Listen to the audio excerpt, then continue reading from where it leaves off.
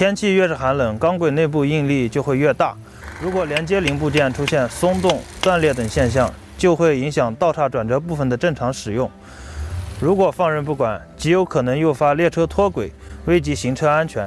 小到一个螺栓，我们也丝毫不能大意。钢轨探伤是一项专业性较强的技术工种，有没有伤，是不是伤，伤损几毫米，全靠探伤工熟练操作仪器，再根据仪器的输波情况进行分析和判断。有时处置一处病害，就要进行3到4遍的反复校正。我们必须要做到钢轨高低轨向误差不超过1毫米。